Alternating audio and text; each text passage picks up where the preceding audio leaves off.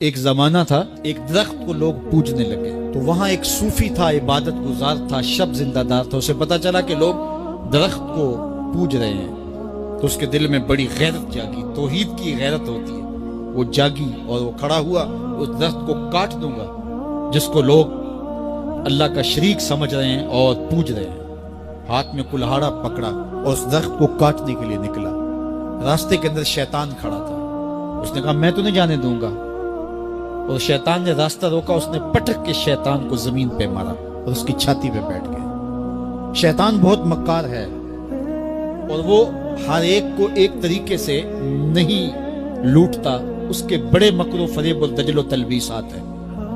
اس نے دوسرا طریقہ اختیار کیا، اس نے کہا جناب آپ عبادت گزار ہیں، تہجد گزار ہیں، شب زندہ دار ہیں، آپ درخت کو کاٹیں گے لوگ آپ کے مخالف ہو جائیں گے، پھر آپ کو ان کے مقابل کھڑا ہونا پڑے گا اور سویرے شام لڑائی ہی لڑائی، آپ کی عبادتوں کے وقت میں خلل آئے گا۔ تو آپ نے ان کی قبر میں تھوڑا جانا ہے، آپ کی قبر اپنی ہے، ان کی قبر اپنی ہے، آپ چھوڑیے ان کو۔ اور ساتھ ہی کہا کہ جب آپ مصلی اٹھایا کریں گے تو نیچے سے ایک درہم مل جایا کرے گا آپ کو، تو آپ اس سے اپنے کھانے پینے کا انتظام کر لیا کریں گے اور آپ فارغ البال بھی ہو جائیں گے۔ اس طرح باتوں میں لگایا اور وہ زاہد صاحب واپس آ گئے، نماز پڑھی، مصلی اٹھایا، درہم ملا، بڑے خوش ہوئے اور دلیلیں تراشنے لگے۔ واقعی مجھے کیا لگی، تمہیں غیر سے کیا، تم اپنی نبیڑو، تم اپنی قبر میں جانا ہے، جائیں وہ بھاڑ میں، مجھے کیا لگے، مجھے ان کے بارے میں کیا پوچھا جانا ہے۔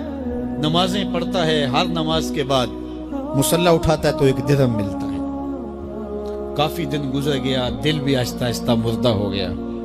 ایک دن مصلی اٹھایا تو کوئی درہم نہیں نکلا، پھر دوبارہ کلہاڑا اٹھایا، اٹھا، رستے میں پھر شیطان کھڑا تھا، کہا کدھر جا رہے ہو، کہا درخت کو کاٹنے جا رہا ہوں۔ شیطان نے کہا میں تو نہیں جانے دوں گا۔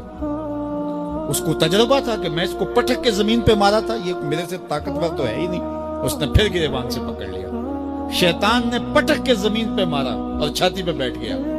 وہ زاہد صاحب پریشان ہو گئے، شیطان کو کہنے لگے کہ یہ کیسے ہوا، میرا تو تجربہ ماضی کا یہ تھا کہ میں طاقتور ہوں تم کمزور ہو، لیکن اب تم نے پٹک کے مجھے زمین پہ مارا۔ تو کہا صاحب اس دن تم اللہ کی رضا کے لیے جا رہے تھے، آج تم درہم کے لیے جا رہے ہو۔ تو جب عمل میں خلوص نہیں رہتا تو پھر عمل نہیں رہتا، عمل میں قوت نہیں رہتی، پھر سجدے بے روح ہو جاتے ہیں، نمازیں بے ذوق ہو جاتی ہیں، صفیں کج دل پریشاں، سجدے بے ذوق کہ وہ جذبے اندروں باقی نہیں۔ نماز روزہ حج زکوٰۃ سب کچھ ہے باقی مگر تو باقی نہیں۔ پھر سب کچھ چلتا رہتا ہے لیکن رسم ہوتی ہے، لا یبقى من الاسلام الا اسمہ ولا یبقى من القرآن الا رسمہ۔ پھر قرآن پڑھا جاتا ہے، رسم ہوتا ہے، قرآن دل کو پھر نہیں بدلتا، اس لیے کہ رسم جاری ہو رہی ہے۔ جب رسم ادا ہو رہی ہو تو پھر قرآن دل کو نہیں بدلتا۔ جب قرآن کے طور پہ پڑھا جا رہا ہو پھر یہ دلوں میں رنگ اتارتا ہے اور معرفت کا نور دیتا ہے اور دلوں کے زنگ اتارتا ہے۔ اچھی سواری فی زمانہ انسان کی ضرورت ہے۔ اس زمانے میں گھوڑا تھا، اس زمانے کے اندر موٹر سائیکل ہے، یا جس کو اللہ نے آسودگی دی ہے تو وہ اپنی استطاعت کے مطابق گاڑی خرید لے تو اس کی ضرورت پوری ہو جائے، یہ انسان کی خوش بختی ہے۔ اور جب رب سے مانگ رہا ہو تو یہ مانگے، یہ کوئی تقویٰ نہیں بندہ کہے کہ یا اللہ مجھے گاڑی نہ دینا، میں پیدل ہی کھجل ہونا ہے، یہ کوئی بات نہیں ہے، یہ کوئی تقوی کے زمرے میں نہیں چیز آتی۔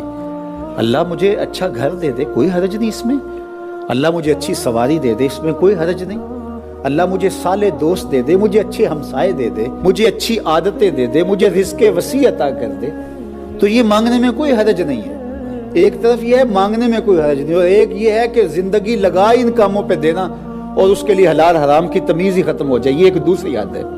تو یہ دوسری انتہا پسندی سے بھی روکا گیا ہے، اور اس انتہا پسندی سے بھی روکا گیا کہ نہیں میں پھٹے ہوئے کپڑے ہی پہننے ہیں۔ اللہ کے محبوب علیہ الصلوۃ نے کبھی واجبی سے لباس بھی پہنے ہیں، اور کبھی ایسا ہوا ہے کہ حلے آئے ہیں تو حضور نے وہ بھی زیب تن کیے، جو مل گیا حضور نے پہن لیا۔ حضور علیہ الصلوۃ کے پاس سواریاں بھی تھیں اور اچھے کھانے بھی حضور نے لیے ہیں، لیکن کبھی جو کی روٹی ہے حضور نے وہ بھی کھائی ہے اور اس پر بھی اللہ کا شکر ادا کیا ہے۔ تو یہ چیزیں حسنات دنیا سے تعلق رکھتی ہیں۔ بارگاہ عزتی میں یہ دعا کیجئے کہ اللہ ہمیں حسنات دنیا عطا کرے۔ دنیا کی حسنات ہی مانگی ہیں نا، دنیا کی اچھائیاں مانگی ہیں، برائیاں تو نہیں مانگی۔ اور یہ چیزیں اگر